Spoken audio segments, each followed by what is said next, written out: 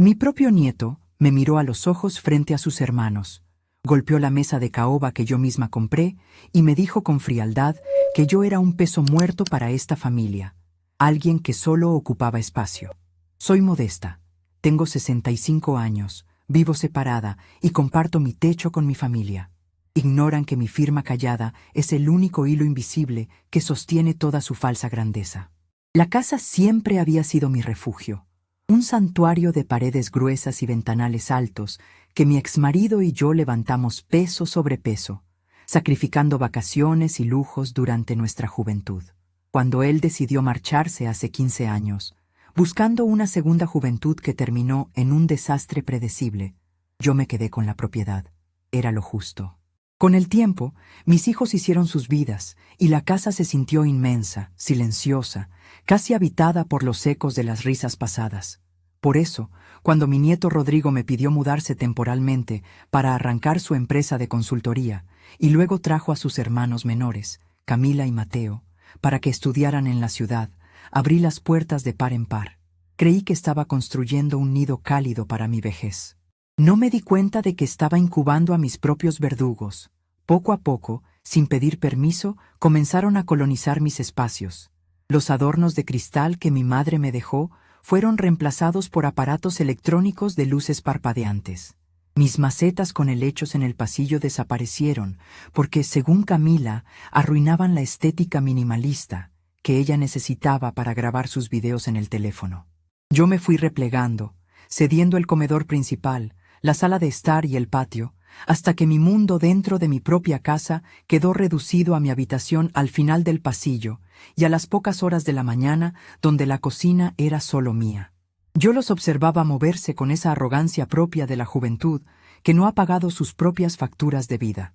Se paseaban con ropa de marca, pedían comida costosa a domicilio casi todas las noches y hablaban de inversiones en criptomonedas y negocios disruptivos con palabras en inglés que yo fingía no entender. Pero yo entiendo mucho más de lo que ellos creen. Durante 30 años fui funcionaria de aduana en uno de los puestos fronterizos más concurridos del país. 30 años de pie bajo luces de neón parpadeantes, respirando el aire viciado de los galpones de revisión, escuchando excusas, mentiras elaboradas y llantos ensayados.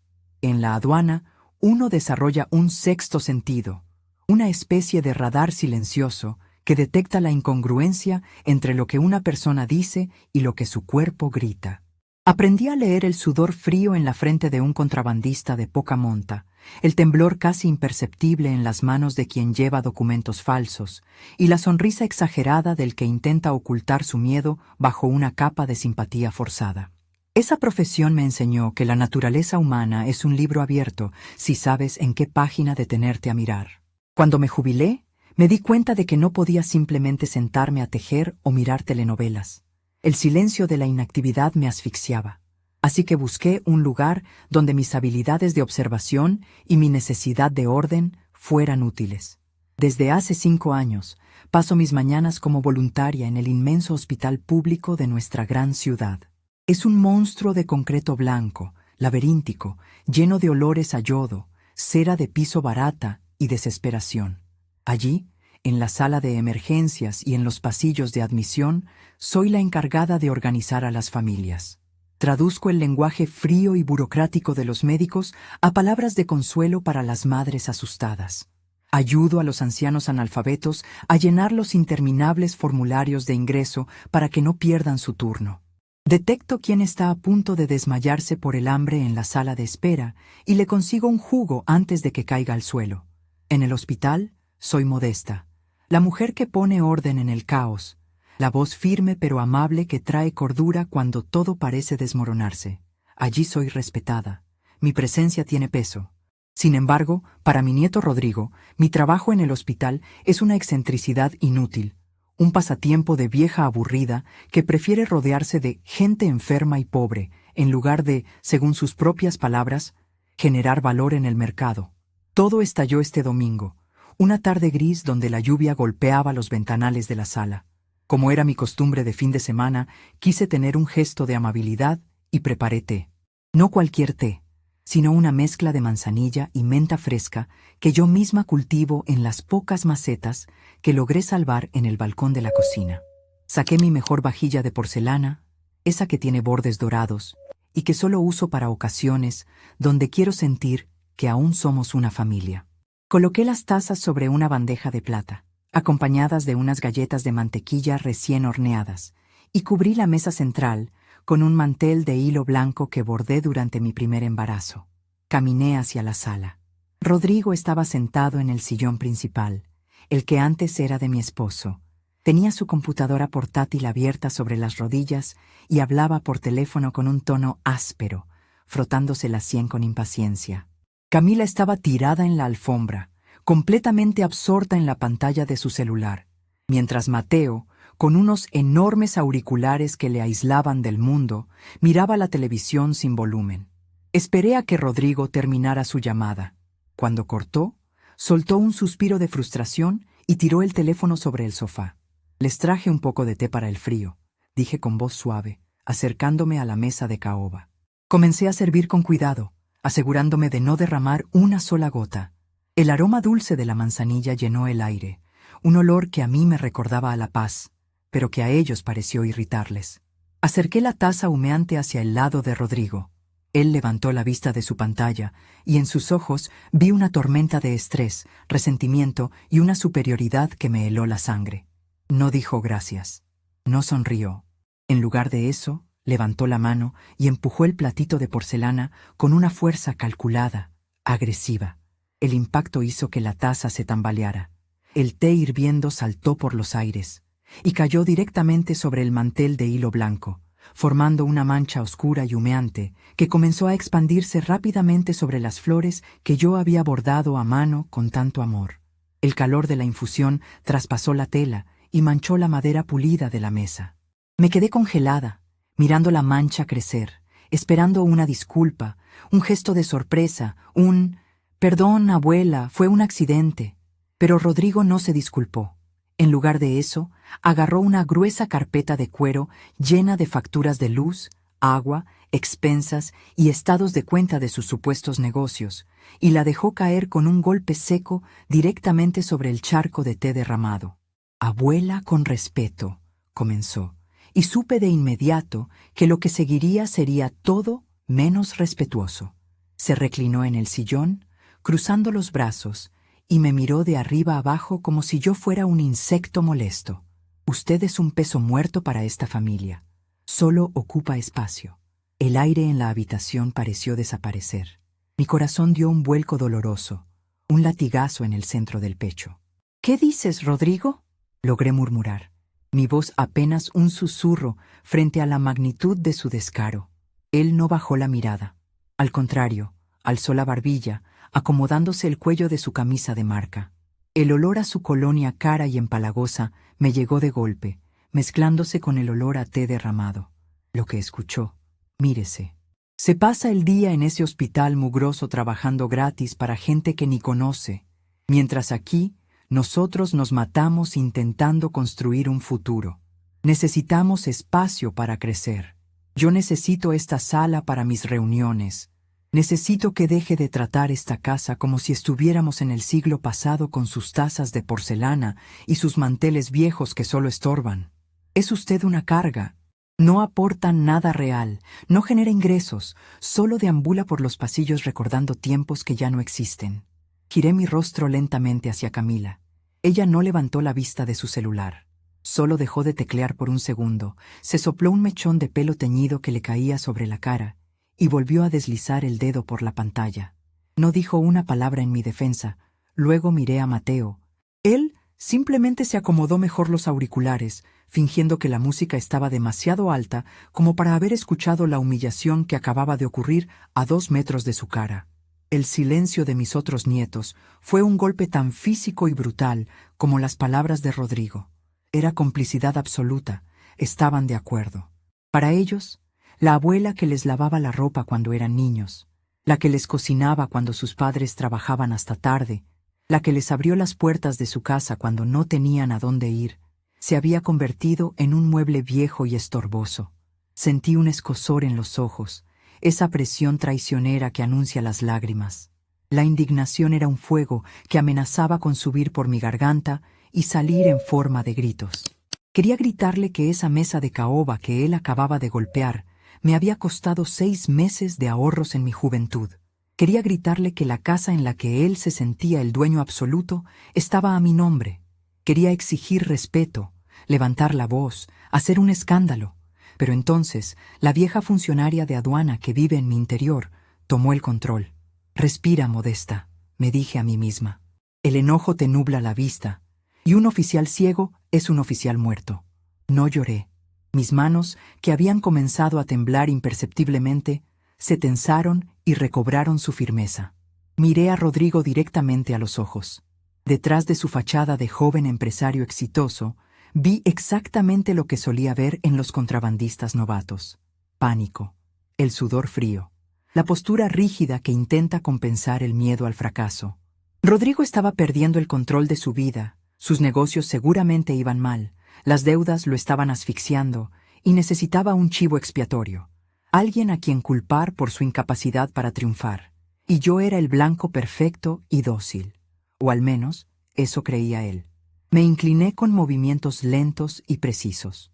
Tomé la taza de porcelana manchada, la levanté del platito y la sostuve con ambas manos. No intenté secar la mesa.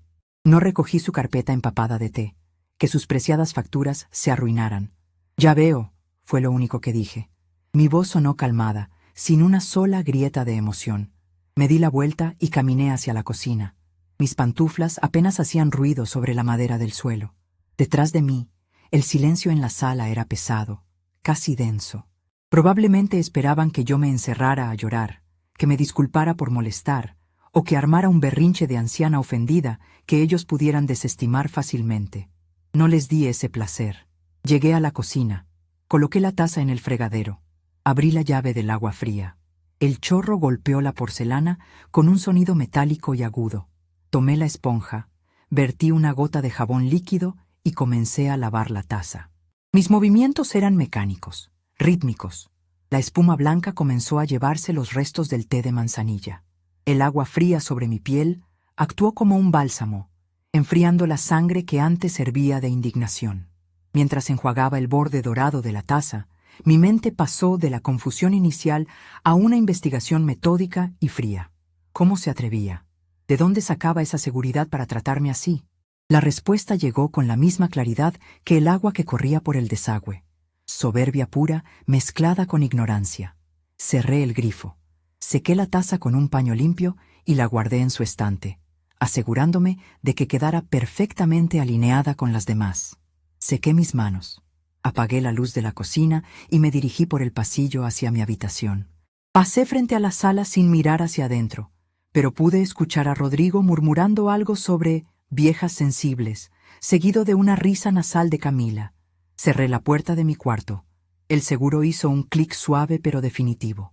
Mi habitación es pequeña en comparación con la suite principal que ahora ocupa Rodrigo, pero es mía.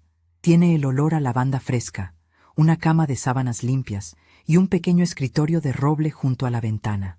Me senté al borde de la cama, manteniendo la espalda recta. No había lágrimas, solo una claridad mental que hacía años no experimentaba con tanta intensidad. Abrí el cajón inferior de mi mesa de noche. Allí, debajo de mi viejo uniforme de la aduana perfectamente planchado y doblado, guardo una caja de metal con cerradura. Saqué la llave que llevo siempre en una cadena alrededor de mi cuello. Inserté el pequeño metal en la ranura, giré con firmeza y escuché el chasquido seco de la cerradura liberándose. Levanté la tapa de acero.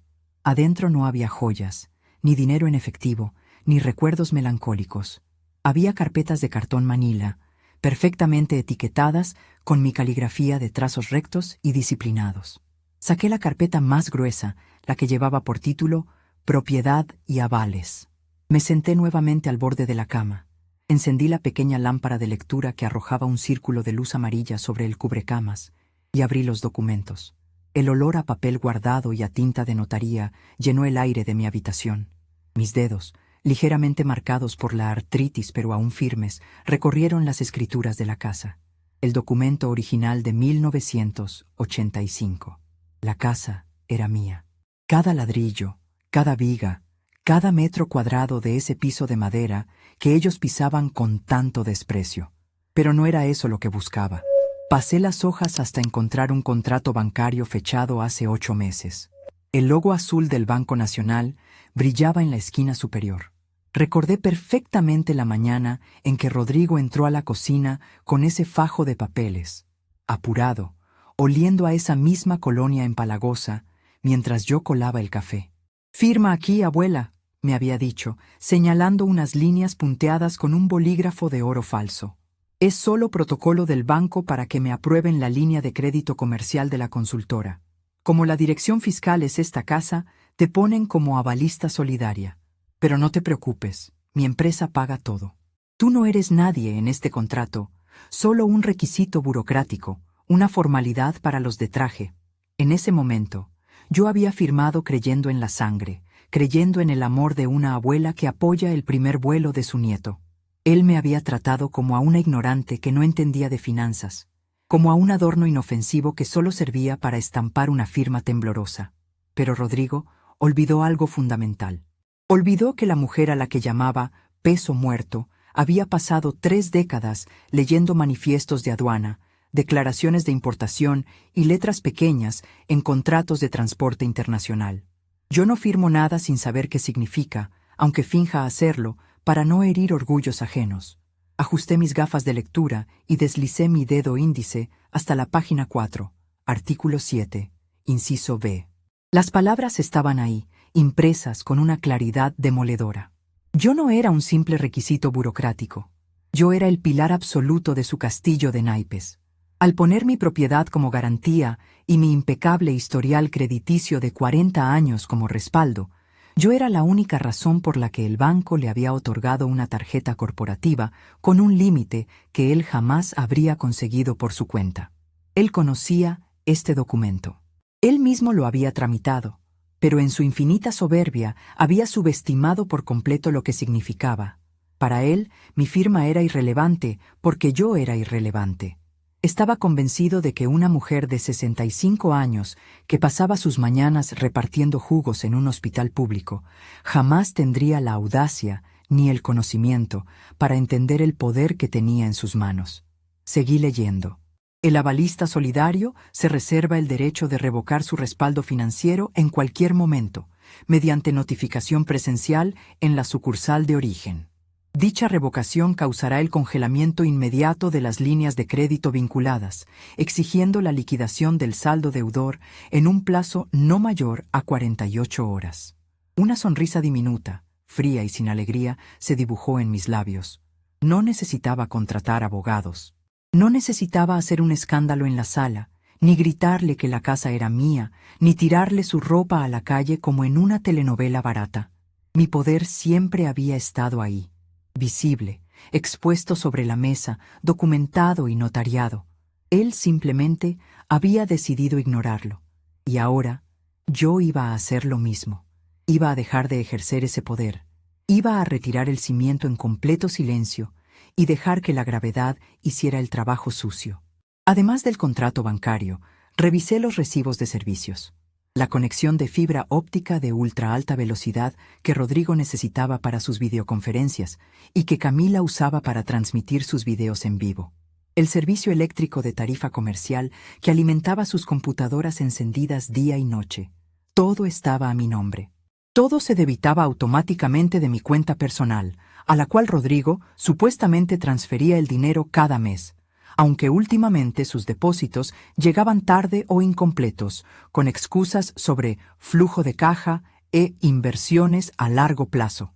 Cerré la carpeta. La decisión estaba tomada. No sentía culpa, no sentía lástima. El té derramado sobre mi mantel bordado había limpiado cualquier rastro de duda que pudiera quedar en mi corazón. Si yo era un peso muerto, entonces era hora de soltar amarras y dejar que el gran empresario nadara por su cuenta. A la mañana siguiente me levanté a mi hora habitual, las 6 en punto. Me preparé mi desayuno en silencio. A las 7, Rodrigo entró arrastrando los pies en la cocina, con los ojos hinchados y el teléfono ya pegado a la oreja. Ni siquiera me dio los buenos días. Abrió el refrigerador, sacó una botella de agua mineral importada, Dejó la puerta mal cerrada y se fue dejando un rastro de frialdad a su paso. Lo observé marcharse desde la mesa, masticando mi pan tostado con una tranquilidad absoluta. Estaba tan seguro de su mundo. A las 9 de la mañana, en lugar de ponerme mi chaleco de voluntaria del hospital, abrí mi armario y saqué un traje sastre de color azul marino. Era el mismo que había usado en mi ceremonia de jubilación en la aduana. Un corte clásico, impecable, que exigía respeto sin pedirlo. Me puse un collar de perlas discretas, me recogí el cabello en un moño tirante y me apliqué un toque de lápiz labial rojo oscuro. En el espejo no vi a la abuela cansada de la que se burlaban ayer. Vi a Modesta, la oficial en jefe. Guardé la carpeta de documentos en un maletín de cuero negro. Tomé mi bolso y salí de la casa. Camila estaba en el pasillo, posando frente a un aro de luz, hablando a su teléfono con esa voz aguda y artificial que usaba para sus seguidores. «Abuela, cuidado que estás saliendo en el fondo, arruinas la toma», me recriminó sin mirarme, haciendo un gesto de desdén con la mano cubierta de anillos. «Disculpa, querida, ya me voy». «No los molestaré en todo el día», respondí con una voz dulce y aterciopelada. Pasé por detrás de su cámara y salí a la calle.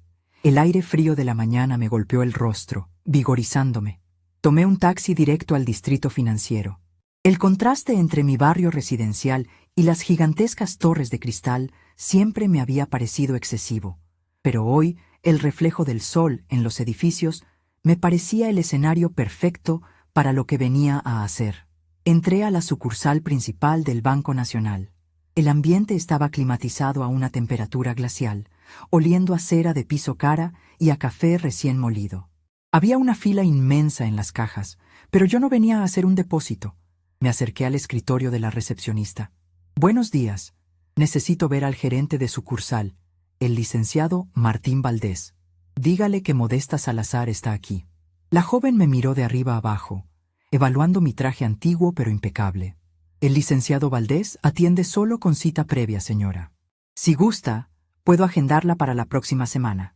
Dígale que es Modesta, del área de urgencias del Hospital General», insistí, apoyando ambas manos sobre su escritorio con una postura que no admitía réplica. «Le aseguro que hará un espacio». La chica dudó, pero levantó el auricular. Murmuró unas palabras. Segundos después, la puerta de la oficina de cristal al fondo del pasillo se abrió de golpe. Martín Valdés, un hombre de unos 40 años, de traje impecable y rostro cansado, salió caminando a paso rápido. «Doña Modesta», exclamó, con una sonrisa genuina que le arrugó las comisuras de los ojos. Se acercó y me tomó ambas manos con un respeto profundo. «¡Qué sorpresa tan grande! Por favor, pase a mi oficina. Adelante, adelante». Mientras caminábamos, sentí las miradas de los ejecutivos más jóvenes. Martín Valdés era conocido por ser un gerente estricto y distante, pero conmigo era simplemente el hijo agradecido de doña Carmen. Hacía 2 años, en medio de un colapso del sistema de urgencias, Martín había llegado al hospital con su madre sufriendo un derrame cerebral severo. Estaban perdidos en un mar de camillas, gritos y burocracia, a punto de ser relegados a la sala de espera por un error en el papeleo de admisión. Yo vi su desesperación. Intervine, corregí los formularios con mi autoridad de voluntaria veterana, conseguí una vía libre hacia tomografía y me quedé sentada con él en el pasillo helado, llevándole café negro mientras operaban a su madre. Doña Carmen se salvó. Martín nunca lo olvidó. «Siéntese, por favor. ¿Qué la trae por aquí? ¿En qué puedo servirle?» «Lo que necesite», ofreció, sentándose detrás de su enorme escritorio de caoba. «Vengo a hacer un trámite administrativo, Martín», dije, abriendo mi maletín de cuero. Saqué la carpeta y puse el contrato sobre su escritorio.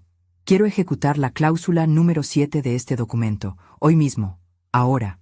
Martín tomó el contrato, ajustó sus lentes y leyó rápidamente la primera página.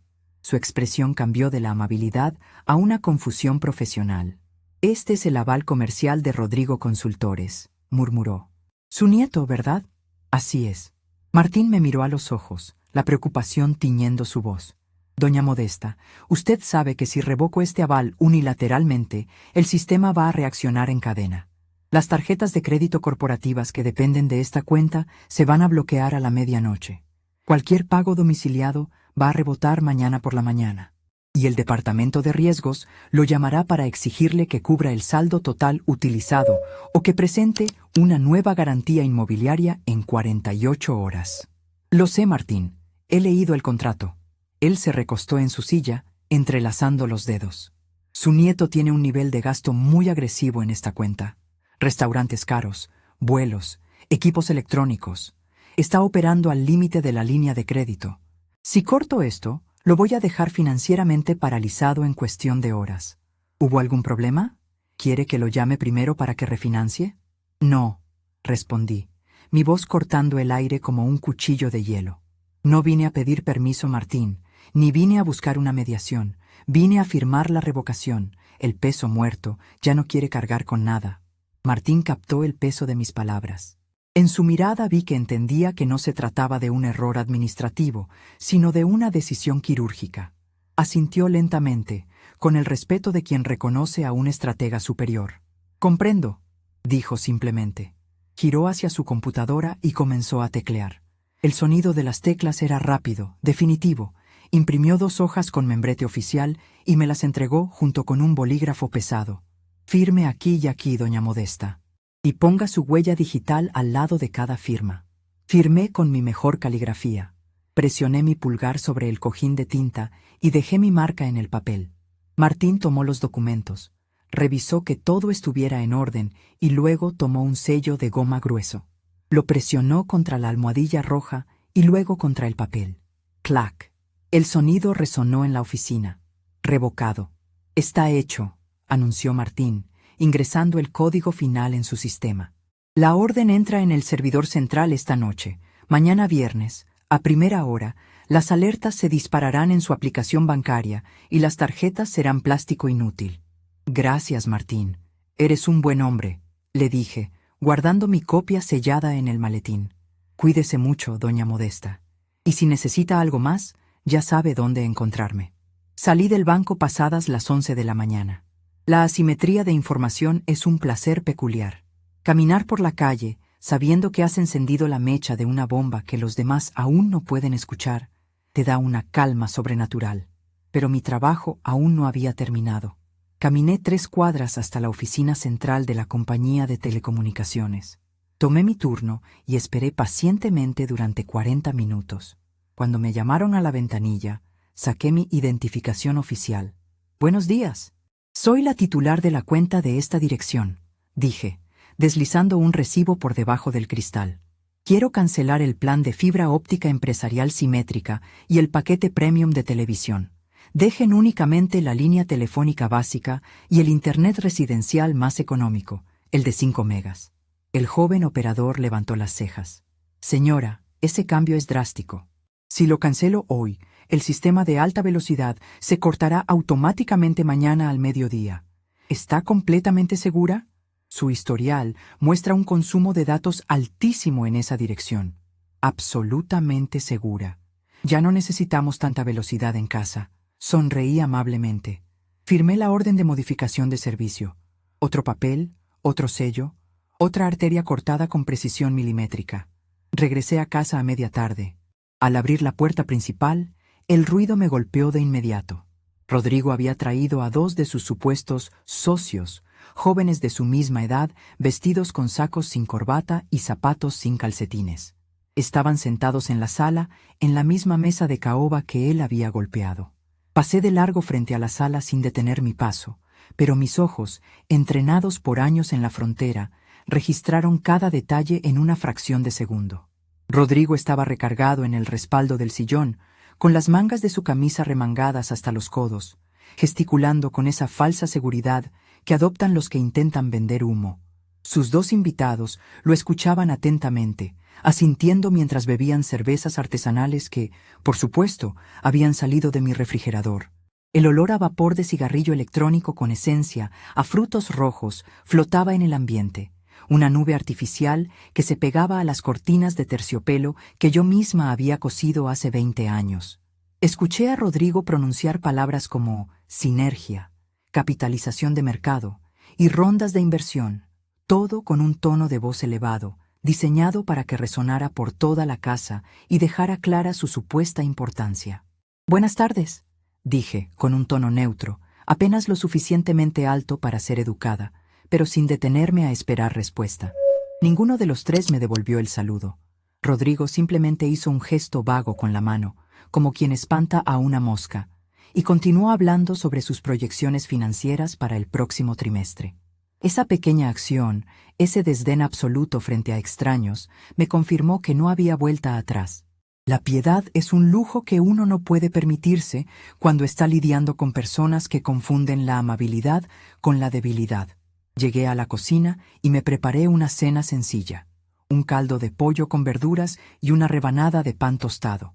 Mientras el agua hervía, escuchaba las risas huecas que venían de la sala. Hablaban de millones de pesos, de viajes de negocios a Europa y de comprar oficinas en el centro de la ciudad. Era un teatro fascinante.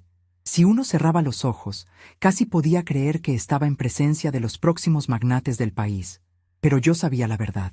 Sabía que la cerveza que bebían la había pagado yo.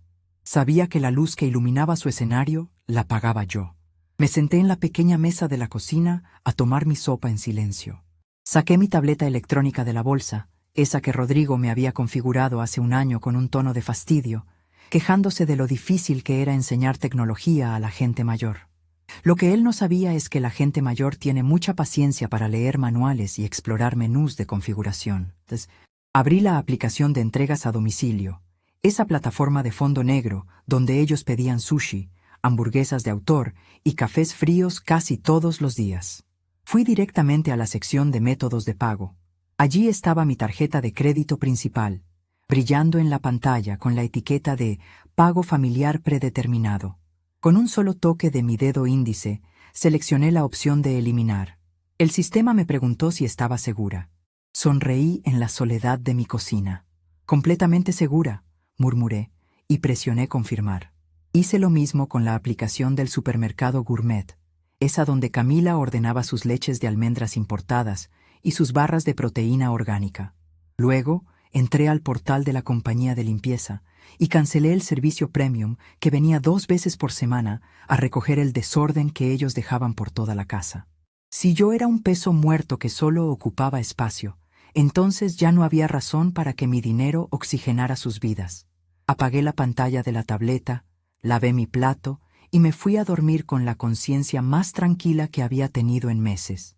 El viernes amaneció con un cielo despejado y un frío cortante que se colaba por las rendijas de las ventanas. Me levanté a las 6 de la mañana, como dictaba mi reloj biológico, y comencé mi rutina. Mientras el café goteaba en la cafetera, escuché los primeros signos de que el engranaje había comenzado a fallar. Camila salió de su habitación pisando fuerte, con el teléfono pegado a la cara y una expresión de pánico absoluto. Llevaba puesto un conjunto deportivo ajustado y un aro de luz portátil en la mano. «¡Esto es una broma! ¡Tiene que ser una maldita broma!», gritaba, golpeando la pared del pasillo con la palma de la mano abierta. Entró a la cocina como un huracán, casi empujándome para llegar al módem que estaba sobre la repisa. Comenzó a desconectar y conectar los cables con desesperación. «Abuela, el internet no sirve. Llevo 3 horas intentando subir la campaña de maquillaje para mi patrocinador y la barra de progreso no pasa del 2%. Me van a cancelar el contrato». «Qué raro, mija», respondí con una voz aterciopelada, sirviéndome el café negro en mi taza de cerámica. «Yo acabo de leer las noticias en mi teléfono y me cargó muy bien. A lo mejor es tu aparato ese que está descompuesto». «No es mi teléfono», chilló ella, con los ojos llorosos por la frustración de ver su mundo digital colapsar. «Es la red. Ayer volaba y hoy parece conexión de hace 20 años. Voy a perder muchísimo dinero por esta porquería».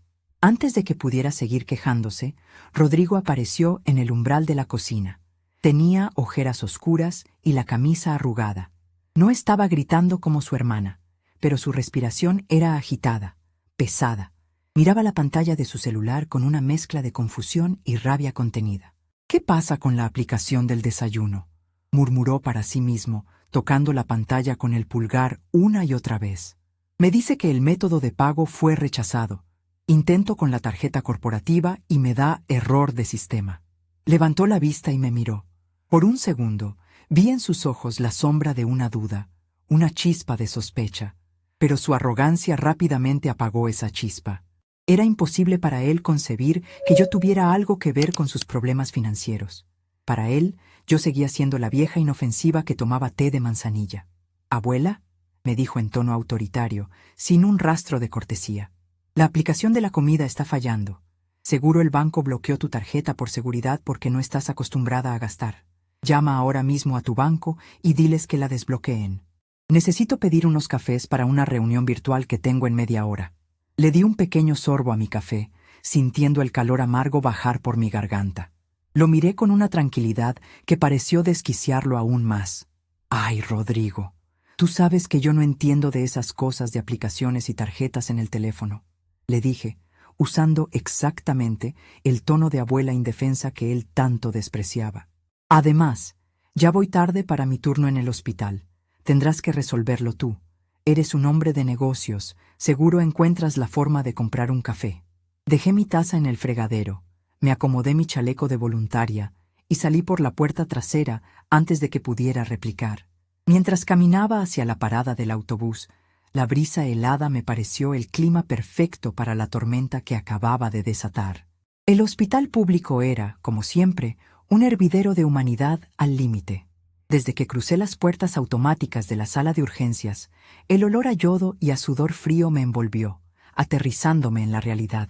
Aquí no había problemas de conexión a Internet ni berrinches por cafés artesanales rechazados. Aquí había madres con niños ardiendo en fiebre, obreros con cortes profundos en las manos y ancianos asustados que no entendían las instrucciones de los médicos. Aquí, el dolor era genuino y mi trabajo tenía un propósito real. Me pasé las primeras 3 horas organizando la fila de triaje, traduciendo diagnósticos apresurados a palabras de consuelo y asegurándome de que nadie fuera ignorado por el sistema. Cerca de las 10 de la mañana, sentí la primera vibración en el bolsillo de mi pantalón. Era mi teléfono celular. Miré la pantalla. «Rodrigo». Dejé que sonara hasta que saltó el buzón de voz. 5 minutos después, otra vibración. Un mensaje de texto de Camila. «Abuela, el técnico del Internet dice que cambiaste el plan a 5 megas. ¿Qué estupidez hiciste? Regrésalo a fibra óptica ya mismero».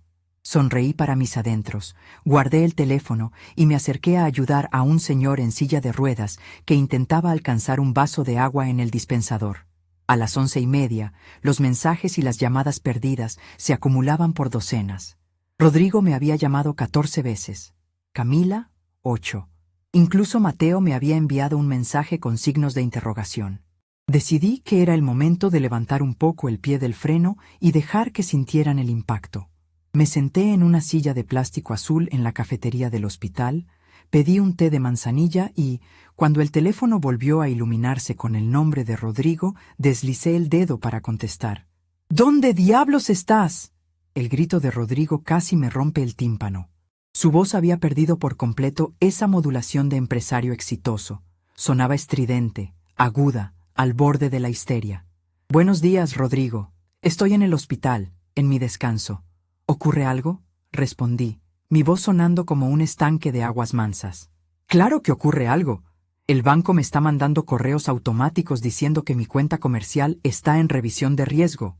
Me rebotaron el pago del servidor de la empresa y la tarjeta corporativa me sale como inválida. ¿Fuiste ayer al banco? ¿Qué les dijiste? Exijo que me expliques qué error cometiste con mi cuenta». Escucharlo exigir explicaciones, asumiendo que yo había cometido un error por torpeza, fue casi poético. Mi entrenamiento en la aduana me enseñó que la mejor forma de quebrar a un mentiroso no es gritarle, sino dejar que sus propias palabras lo ahorquen.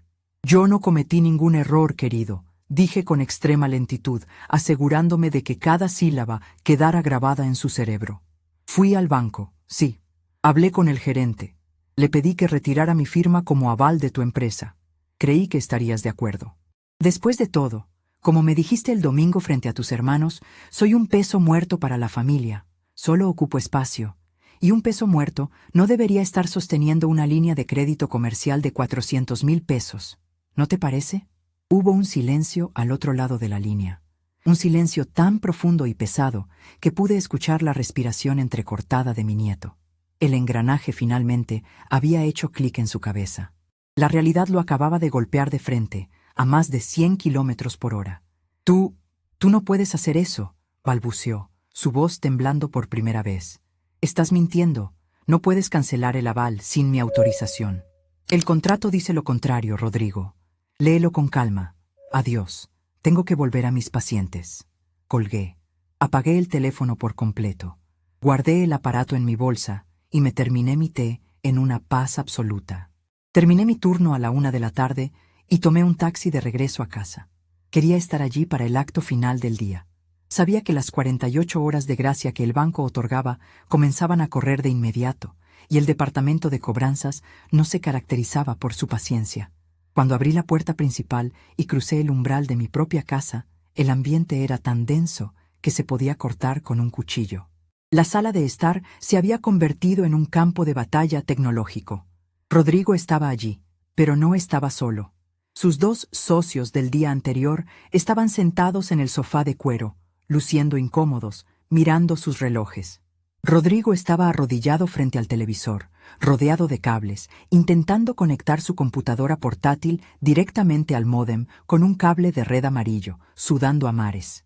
Les juro que es un problema temporal de la zona, les estaba diciendo a sus socios, con una voz que intentaba sonar casual, pero que vibraba de pánico. La infraestructura de la ciudad es pésima, pero no se preocupen. El capital de inversión está seguro. Solo necesito que el banco libere la transferencia que hicimos ayer para la campaña de medios. Caminé lentamente hacia el perchero del pasillo, a escasos 2 metros de la mesa de caoba. Me quité el abrigo con movimientos deliberados, sin hacer ruido, convirtiéndome en una espectadora invisible de su propio colapso. Fue en ese preciso instante, con una sincronía que solo el destino o la justicia poética pueden orquestar, que el teléfono celular de Rodrigo, que descansaba sobre la mesa de caoba, comenzó a sonar. El tono de llamada era ruidoso y corporativo. Rodrigo soltó los cables, se limpió el sudor de la frente con el dorso de la mano y se acercó a la mesa. Miró la pantalla. Su rostro, que ya estaba pálido, perdió cualquier rastro de color, adquiriendo un tono cenizo, casi enfermizo. Sus socios lo miraron. «Debe ser del banco, Rodrigo», dijo uno de ellos, un joven de traje gris que parecía oler la sangre en el agua. «Contesta. Así aclaramos lo de los fondos y podemos firmar el acuerdo hoy mismo». Rodrigo estaba acorralado. Si no contestaba, sus socios sabrían que estaba ocultando algo. Si contestaba, corría el riesgo de que la verdad saliera a la luz. Su ego y su necesidad de aparentar control tomaron la peor decisión posible. Con una sonrisa rígida, casi cadavérica, deslizó el dedo por la pantalla y presionó el botón de altavoz, dejándolo sobre la mesa para demostrar transparencia. «Licenciado Rodrigo, buenas tardes», dijo, intentando proyectar autoridad. «Estoy en una reunión con la junta directiva. ¿Qué necesita?» La voz que salió por el altavoz era metálica, fría, carente de cualquier empatía humana. Era la voz de un ejecutor financiero. «Buenas tardes. Hablo con el señor Rodrigo Salazar», dijo el operador. No fue una pregunta, fue una confirmación. «Le llamamos del Departamento de Cobranzas Extrajudiciales del Banco Nacional. La llamada está siendo grabada». Rodrigo tragó saliva, un sonido audible en el silencio sepulcral de la sala. «Sí, dígame. Supongo que llaman por el error en la tarjeta corporativa. Ya reporté la falla técnica del sistema». «No hay ninguna falla en el sistema, señor Salazar», respondió el operador con una brutalidad burocrática impecable. «Le informamos de manera oficial que su línea de crédito corporativa ha sido bloqueada y cancelada definitivamente por pérdida de garantía patrimonial. Su avalista solidaria, la señora Modesta Salazar, revocó el respaldo financiero esta mañana en sucursal». Uno de los socios se inclinó hacia adelante, frunciendo el ceño. Rodrigo intentó agarrar el teléfono para quitar el altavoz, pero sus manos temblaban tanto que tiró un bolígrafo al suelo y falló en el intento. El operador continuó, su voz resonando por toda la casa, rebotando en las paredes que yo había construido. «Al no contar con un aval, el contrato estipula la aceleración de la deuda. El saldo total exigible al día de hoy asciende a 412.500 pesos con 80 centavos. Usted tiene un plazo improrrogable de 48 horas para liquidar la totalidad del adeudo en una sola exhibición. De no registrarse el pago el día lunes a primera hora, el banco procederá con el embargo precautorio de sus cuentas personales y se iniciarán las acciones legales correspondientes. ¿Queda usted notificado, señor Salazar? El silencio que siguió a esa declaración fue absoluto. No se escuchaba ni el zumbido del refrigerador. Los dos socios de Rodrigo se miraron entre sí con los ojos muy abiertos. La fachada del emprendedor millonario acababa de hacerse añicos frente a ellos, exponiendo a un muchacho ahogado en deudas que vivía del crédito respaldado por su abuela. Rodrigo no podía hablar. Tenía la boca semiabierta, mirando el teléfono como si fuera un artefacto explosivo que acababa de detonar. «¿Señor Salazar? ¿Confirma de enterado?», insistió la voz metálica. «Sí, sí, enterado», logró articular Rodrigo, con un hilo de voz que daba lástima. Cortó la llamada rápidamente. Los socios no necesitaron más explicaciones. El de traje gris se levantó de inmediato, cerrando su portafolio de cuero con un chasquido seco. «Creo que tenemos que revisar nuestras prioridades de inversión, Rodrigo. Obviamente, tus números no reflejan la realidad de tu liquidez. Nosotros nos retiramos. No nos busques. Nosotros te llamaremos». No hubo despedidas formales. Los dos hombres caminaron hacia la puerta principal, pasando por mi lado. Les dediqué una sonrisa educada y un leve asentimiento de cabeza, que ellos respondieron con miradas de absoluta incomodidad antes de salir apresuradamente a la calle. Cuando la puerta se cerró detrás de ellos, el aire en la sala pareció comprimirse. Rodrigo se quedó de pie junto a la mesa, mirando a la nada. Luego, lentamente, giró su rostro hacia mí. Sus ojos ya no mostraban pánico, sino una furia negra, profunda y venenosa. El animal acorralado había decidido enseñar los dientes. «¿Qué hiciste?», rugió, su voz rebotando violentamente en las paredes. Dio una patada salvaje a una de las sillas del comedor, enviándola al suelo con un estruendo de madera golpeando contra madera. «¿Tienes idea de lo que acabas de hacer, maldita sea?». No me moví ni un milímetro. Mantuve mi postura recta, mis manos entrelazadas sobre mi bolso. «Te liberé de tu peso muerto», respondí con calma glacial. El sonido de la silla cayendo hizo que Camila saliera de su cuarto corriendo, seguida de Mateo, quien por primera vez no llevaba sus auriculares puestos. Vieron la silla tirada y la cara deformada por la rabia de su hermano mayor. «¡Estás loca!». Rodrigo avanzó hacia mí, acortando la distancia hasta quedar a menos de 1 metro. Su pecho subía y baja. Rodrigo se detuvo a escasos centímetros de mi rostro. Su respiración era errática, pesada, cargando el tufo ácido del miedo puro que comenzaba a supurar por sus poros. Ya no olía a loción cara, olía a desesperación. Sus ojos, inyectados en sangre, buscaban en los míos alguna señal de debilidad. El titubeo clásico de la abuela sumisa que retrocede ante el primer grito del hombre de la casa. Pero yo no retrocedí. Mantuve mi postura erguida, mis manos descansando plácidamente sobre el cuero negro de mi bolso. Durante 30 años en la aduana, enfrenté a contrabandistas armados, a matones de poca monta y a burócratas corruptos que intentaron intimidarme con amenazas mucho peores que la rabieta de un muchacho malcriado vestido con ropa de diseñador. «No te acerques más, Rodrigo», dije. Mi voz no se elevó ni un decibelio, pero tenía el filo helado de un bisturí. «Estás pisando mi suelo, bajo mi techo, y te sugiero que recojas esa silla antes de que decida llamar a la policía para reportar a un intruso violento en mi propiedad». La palabra intruso lo golpeó como una bofetada física. Parpadeó, aturdido, y dio un paso atrás de forma instintiva. Camila, que seguía en el pasillo con su celular aferrado contra el pecho, rompió el silencio con un gemido estridente. «¡Mi campaña! ¡Me acaban de mandar un correo!». La marca de maquillaje canceló mi contrato por incumplimiento de horario porque no pude subir el video a tiempo. «Abuela, me arruinaste». Mateo, por su parte, caminó hacia la cocina, frotándose el estómago. Abrió la puerta del refrigerador y se quedó mirando el interior vacío. «Oigan, no hay nada de comer», murmuró, con la voz pastosa de quien acaba de despertar de una siesta inútil. Traté de pedir unas pizzas, pero la tarjeta de la aplicación dice fondos insuficientes. ¿Alguien tiene efectivo? La desconexión de Mateo con la gravedad de la situación era casi cómica, pero sirvió como el clavo final en el ataúd de su falsa independencia. La burbuja en la que vivían, financiada íntegramente por mi paciencia y mi línea de crédito, acababa de reventar. No había internet de alta velocidad para las vanidades de Camila. No había comida a domicilio para el hambre perezosa de Mateo.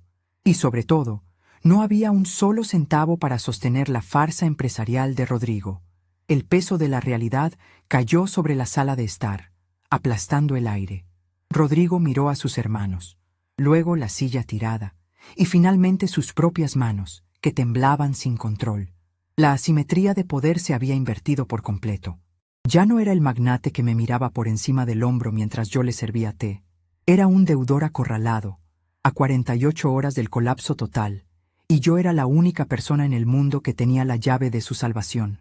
Al darse cuenta de que la intimidación física no iba a funcionar, Rodrigo cambió de estrategia con la rapidez de un camaleón asustado.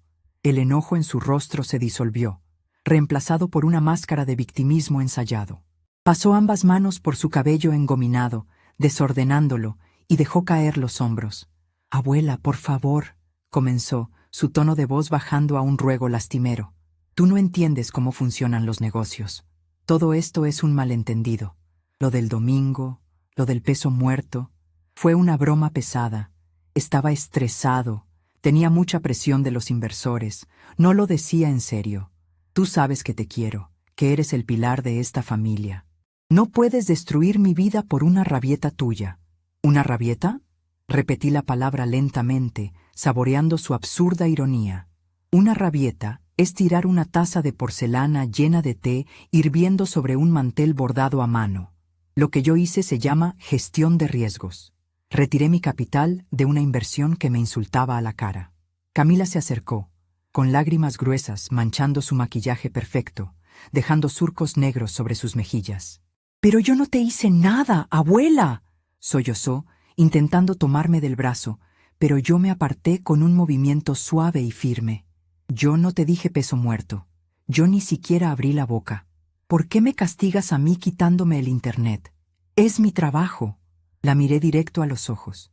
Esos ojos que el domingo pasado no se despegaron de la pantalla mientras su hermano me humillaba. «Exactamente, Camila.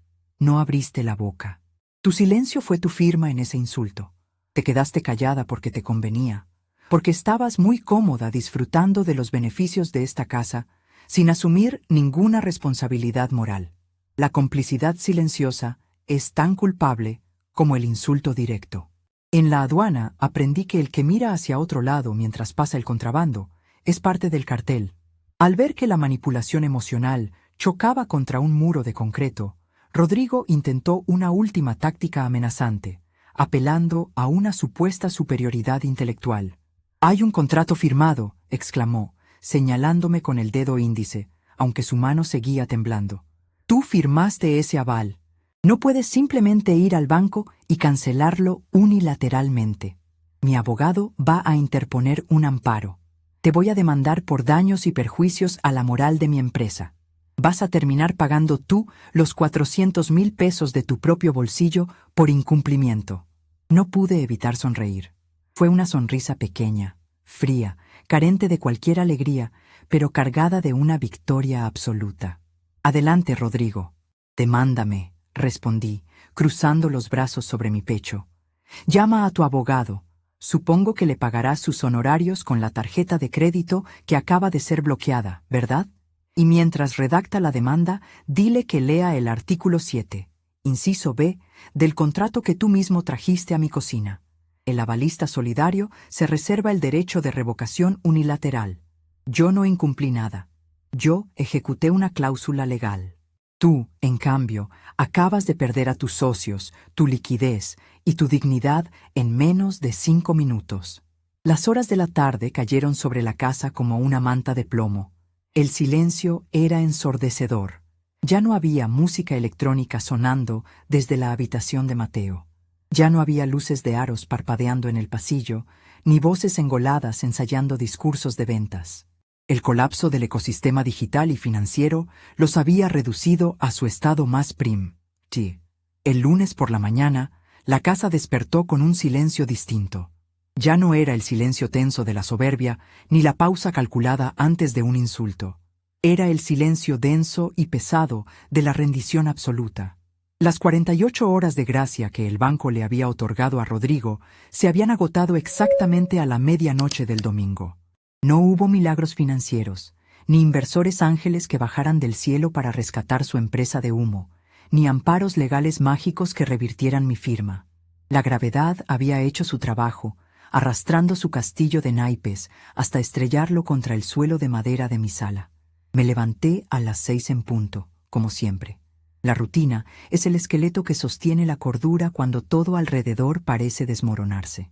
Me puse mis pantuflas, me ajusté la bata de algodón grueso y caminé por el pasillo hacia la cocina. Al pasar frente a la sala de estar, mis ojos registraron el paisaje de la derrota. La mesa de caoba estaba despejada. Ya no había computadoras portátiles de última generación, ni carpetas de cuero, ni tazas sucias, ni cables amarillos serpenteando por la alfombra. Todo ese equipo costoso, financiado con mi línea de crédito, había sido empaquetado en cajas de cartón corrugado que ahora descansaban apiladas junto a la puerta principal, listas para ser vendidas en un intento desesperado por reunir liquidez. Llegué a la cocina y encendí la cafetera. El aroma a grano tostado comenzó a llenar el aire, un olor a normalidad que me reconfortó profundamente. Mientras esperaba que el líquido oscuro goteara en la jarra de cristal, escuché pasos arrastrados a mis espaldas. No necesité girarme para saber quién era. Los años en la frontera me enseñaron a identificar el peso de la culpa en la forma en que una persona camina. Rodrigo entró a la cocina. Llevaba puestos unos pantalones de mezclilla desgastados y una camiseta gris de algodón, muy lejos de los trajes a medida y las camisas de cuello almidonado que solía exhibir. Su cabello no tenía esa capa brillante de gelina cara. Caía sobre su frente, opaco y desordenado. Pero lo que más había cambiado era su olor. La colonia empalagosa y arrogante había desaparecido por completo.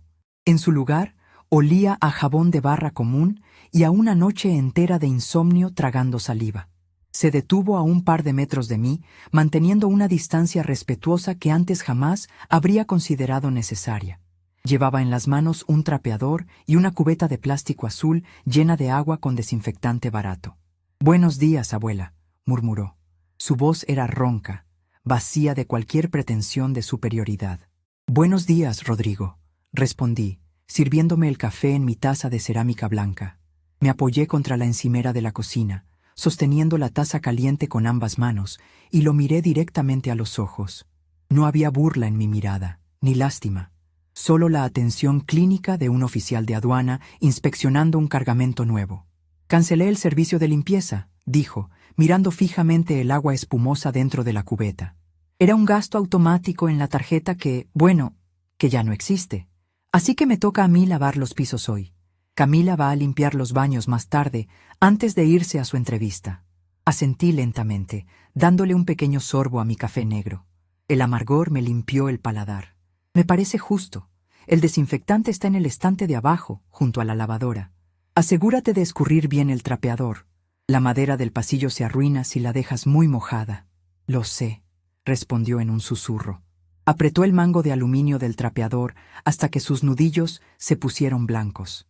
Tragó aire, como si estuviera a punto de sumergirse en agua helada, y finalmente levantó la vista para sostener mi mirada. Sus ojos estaban enrojecidos, rodeados de ojeras profundas y oscuras. «Ayer fui a la sucursal matriz del banco. Hablé con el departamento de cobranzas extrajudiciales. Me congelaron las cuentas personales y retuvieron el poco saldo que tenía para cubrir los intereses moratorios. Tuve que firmar un convenio de reestructuración de deuda a 5 años. Voy a tener que vender los equipos, el auto y probablemente conseguir un empleo en alguna oficina de contabilidad para pagar las mensualidades. Es un plan realista», comenté con voz neutral, sin ofrecerle el consuelo barato que él probablemente deseaba en el fondo de su alma. «Las deudas se pagan con trabajo, no con discursos sobre sinergia y capitalización». Él apretó los labios, asimilando el golpe de realidad sin chistar. Había aprendido, de la manera más brutal posible, que sus palabras ya no tenían el poder de intimidarme.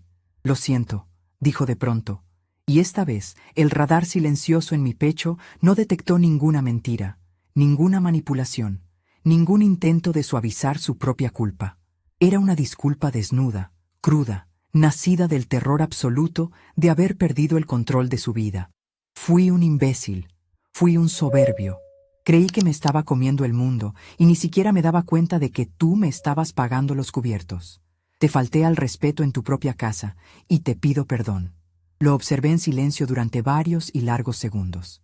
En el pasado, la vieja Modesta habría corrido a abrazarlo. Le habría dicho que todo iba a estar bien, que la familia siempre se apoya, y habría buscado la manera de ayudarlo a pagar esa deuda monumental. Pero esa Modesta se había ahogado en un charco de té de manzanilla sobre un mantel bordado. La mujer que estaba de pie frente a él exigía condiciones. El perdón verdadero no es un cheque en blanco, es un contrato con cláusulas de cumplimiento obligatorio. Escúchame bien, Rodrigo, dije, mi voz sonando firme, resonando en las paredes de azulejos de la cocina. Acepto tu disculpa, pero el perdón no borra la factura del banco, ni borra el hecho de que me llamaste peso muerto frente a tus hermanos. Si quieres seguir viviendo bajo mi techo, las reglas cambian hoy mismo. Vas a pagar una renta mensual por tu habitación. Vas a cubrir exactamente 1/3 de los recibos de luz, agua y el internet básico que dejé contratado. Si te atrasas un solo día, te haré las maletas y las dejaré en la acera. Y la próxima vez que te sirvan una taza de té en esta casa, vas a decir gracias. ¿Queda claro? Él no dudó. No intentó negociar. Queda claro, abuela. Te lo prometo. Bien. Empieza por el pasillo y limpia bien las esquinas. Ordené suavemente. Tomé mi taza y salí de la cocina, dejándolo a solas con su cubeta y su nueva realidad. Las semanas siguientes fueron una exhibición fascinante de causa y efecto. La dinámica de la casa se transformó de manera radical, dolorosa, pero absolutamente necesaria. Las consecuencias concretas de mi retiro de fondos golpearon a cada uno de mis nietos con una precisión quirúrgica, obligándolos a salir de la burbuja de privilegios imaginarios que habían habitado durante años. Camila fue la primera en estrellarse contra el muro del mundo real. Sin la conexión de fibra óptica de alta velocidad, su carrera como creadora de contenido se paralizó. Los videos en vivo se cortaban, las marcas le retiraron los patrocinios menores que tenía, y pronto descubrió que la fama en Internet no paga las facturas cuando no puedes subir el material a tiempo. Una tarde de martes, la vi salir de su habitación vistiendo un pantalón negro de tela barata y una blusa blanca genérica, muy distinta a la ropa de diseñador que solía mostrar en sus pantallas. Se había recogido el cabello en una coleta simple y llevaba zapatos de piso. Consiguió un empleo como demostradora de maquillaje en una tienda departamental del centro comercial más concurrido de la ciudad. Pasaba 8 horas al día de pie, bajo luces fluorescentes despiadadas, sonriendo a clientas malhumoradas que le exigían muestras gratis y le hablaban con el mismo tono de superioridad que ella solía usar conmigo. La primera semana regresó a casa llorando de agotamiento, con los pies llenos de ampollas y el orgullo hecho pedazos. Yo estaba en la sala, leyendo un libro bajo la luz de mi lámpara. Ella entró cojeando. Tiró su bolso de lona al suelo con un suspiro tembloroso y se dejó caer en el sofá. Esperó a que yo le preguntara cómo estaba, a que le ofreciera un masaje o le preparara la cena. No lo hice. Simplemente pasé la página de mi libro. Me duelen los pies como si hubiera caminado sobre fuego, se quejó en voz alta, buscando mi atención. Es lo que tiene el trabajo honesto, Camila. Respondí sin levantar la vista de las letras impresas. Uno descubre que el cuerpo pesa. Hay agua caliente en la ducha y dejé un poco de sopa en la olla. Sírvetela tú misma y lava tu plato cuando termines. Ella se quedó callada, asimilando la frialdad de mi respuesta. No hubo berrinches ni gritos. Se levantó pesadamente, fue a la cocina, calentó su comida y, para mi silenciosa satisfacción, escuché el sonido del agua corriendo en el fregadero mientras lavaba su propio plato. Poco a poco, la frivolidad se le fue escurriendo por el desagüe. Comenzó a entender el valor de los 100 pesos que ganaba por comisión y dejó de quejarse por la conexión a Internet. Su silencio altanero se transformó en un respeto cauteloso. Mateo, por su parte, tuvo el despertar más silencioso, pero quizás el más efectivo. Al no tener la despensa llena de comida gourmet ni tarjetas vinculadas a aplicaciones de entrega, el hambre lo obligó a salir de su cueva. Sus enormes auriculares desaparecieron. Un mes después del colapso, consiguió un empleo de medio tiempo repartiendo paquetes en una bicicleta para una empresa de logística local, mientras terminaba sus estudios universitarios.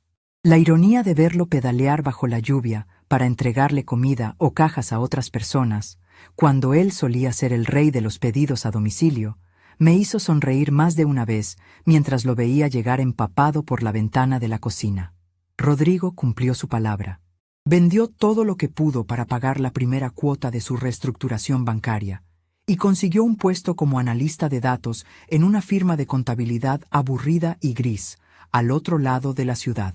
Salía de casa a las 5:30 de la mañana, tomando 2 autobuses atestados de gente para llegar a tiempo, y regresaba pasadas las 8 de la noche, con la mirada vacía pero los pies firmes sobre la tierra. La reconciliación no ocurrió de la noche a la mañana, ni estuvo marcada por un abrazo dramático lleno de lágrimas. Yo no creo en los perdones fáciles.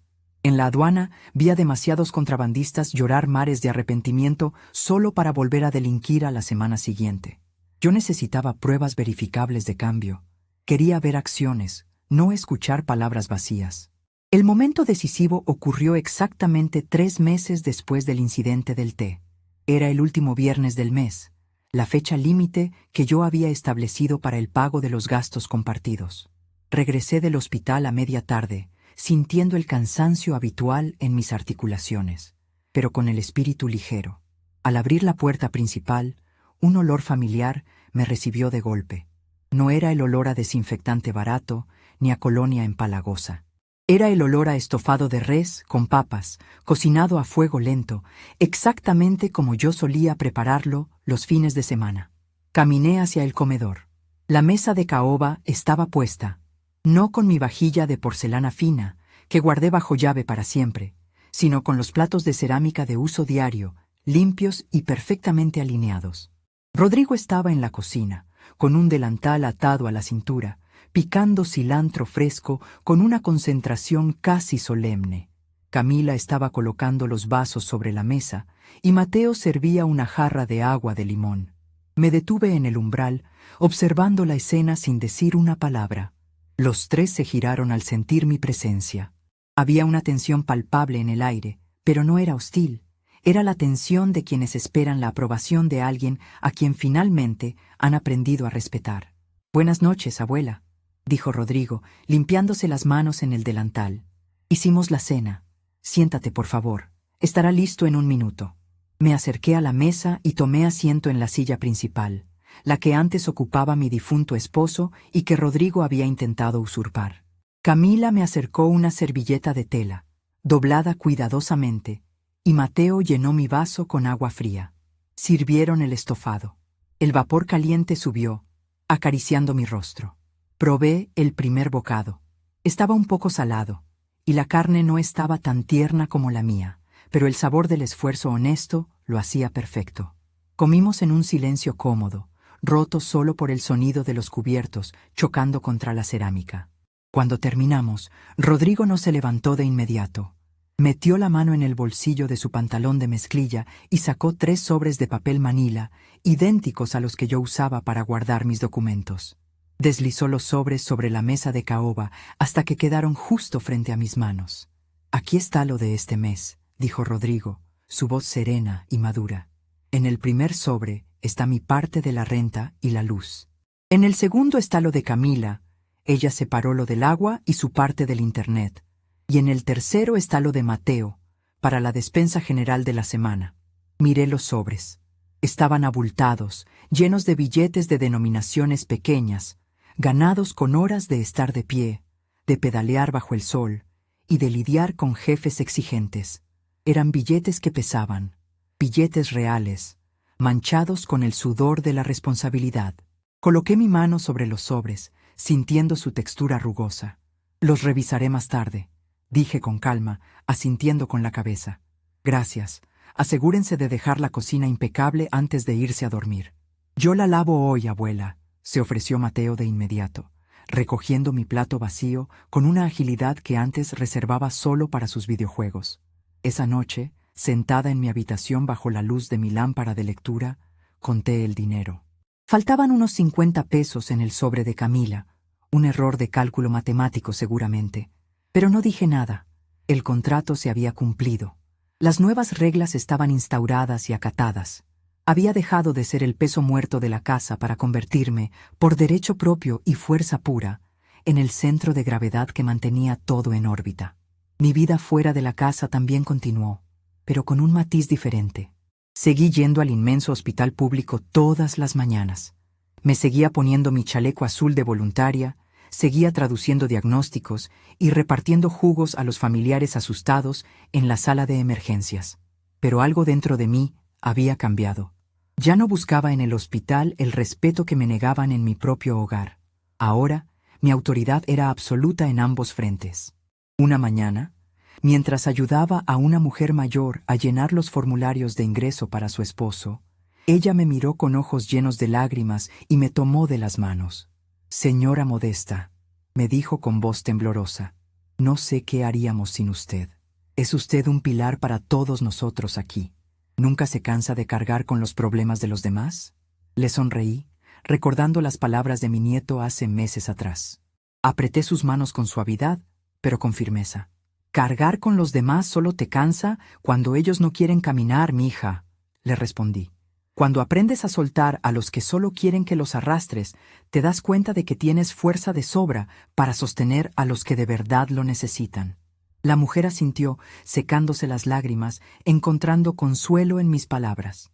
Yo me di la vuelta y seguí caminando por el pasillo de concreto blanco, escuchando el eco de mis propios pasos, sintiendo un orgullo inmenso, silencioso y profundo por la mujer en la que me había convertido. No había autocompasión en mi pecho, ni rencor venenoso, ni esa moralina barata de las novelas donde los malos se vuelven santos de un día para otro. Mis nietos no eran santos. Eran jóvenes que habían sido obligados a madurar a golpes de realidad, y yo había sido el martillo. Han pasado 6 meses desde aquel domingo de lluvia. La casa ha vuelto a ser mi santuario. Las macetas con helechos regresaron al pasillo, verdes y frondosas, sin que nadie se queje de que arruinan la estética. El internet sigue siendo de 5 megas, suficiente para leer mis noticias y escuchar mi música instrumental por las tardes. Rodrigo no ha vuelto a hablar de rondas de inversión ni de empresas disruptivas. Ahora habla de tasas de interés real y de presupuestos mensuales estrictos. Camila aprendió a maquillarse para ella misma y no para una cámara, y Mateo descubrió que la vida sin auriculares es mucho más ruidosa, pero infinitamente más interesante. Yo sigo cultivando mi manzanilla y mi menta fresca en el balcón de la cocina. Sigo preparando mi mezcla los domingos por la tarde, cuando el frío se cuela por las rendijas de las ventanas altas. La diferencia es que ahora ya no ofrezco mi servicio como si fuera una limosna pidiendo cariño. Ahora me siento en la cabecera de la mesa y espero. Este último domingo, mientras la lluvia golpeaba los cristales, Rodrigo entró a la sala llevando la bandeja de plata. Caminó con pasos cuidadosos, sosteniendo la tetera humeante y las tazas de cerámica. Se acercó a mi lado, inclinó la cabeza con un respeto que ya no era fingido y me sirvió la infusión dorada. Observé la escena con la misma precisión de siempre. Mi mirada se posó en la superficie de la mesa de caoba, justo en el lugar donde meses atrás ocurrió el desastre. La mancha oscura que dejó el té hirviendo sobre la madera pulida nunca desapareció por completo.